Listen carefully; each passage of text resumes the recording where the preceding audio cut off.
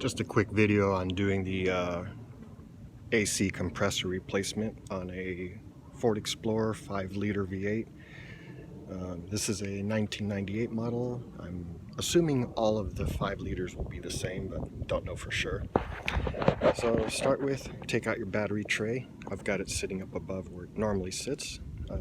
There's a bolt here going in towards the radiator, a nut right here that you can hopefully see the stud right there, and another bolt here. So you take the 2 bolts and the 1 nut off. Well, obviously remove your battery first, take the hardware off, get that guy out of the way. I've already reinstalled the compressor, but I haven't put all the other stuff back together yet. So you pull that guy out. Oh, also attached to the tray are going to be your battery cables, so you need to pull up these little plastic rivet things. Just pull them out of the tray before you unbolt it. That way it's easier to pull on them without the tray wiggling around. So you get the tray out, then you've got 3 screws holding the power steering reservoir. The third one's back here. You can't really see it, but it's back there. Pull that, disconnect this hose. Pull your reservoir up out of the way. And now you have fairly good access to your compressor. Both of the lines are held in, they're both in a kind of like a manifold block with a single bolt in the middle. It's a 10mm head. Break that guy loose while your compressor's still bolted up. Makes it a lot easier. You can loosen it up.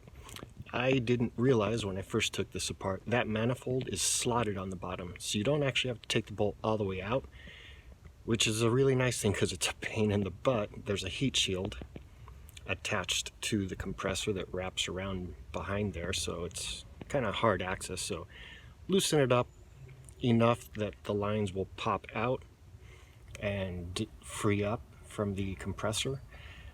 You'll have a little nut, 10mm head nut here holding this bracket.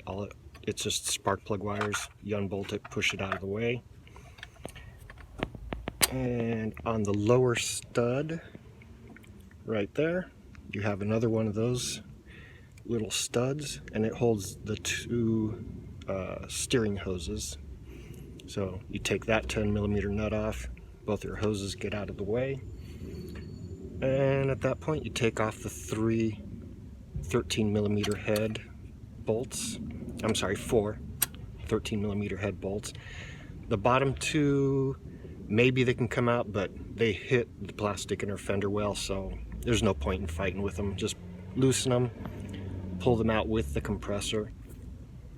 Just remember that when you go back to install the compressor, put those 2 in before you push it down into place. So once those are unbolted and your hose manifold is unbolted, you pop the compressor out. There's 2 dowel pins, so it's gonna feel like it's still attached. It just needs to be nudged and then it pops free. And you basically have to tilt it because of this heat shield. Now, you could remove this heat shield while this is in place, and it might actually be easier to do that. Hard to say. I didn't think I could get to the back bolt. I hadn't realized that where it was. Now I realize, yeah, it's just 1 bolt here, another one just a few inches straight across from it. You could unbolt it, take the heat shield off, or do what I did. I pulled it out with the heat shield.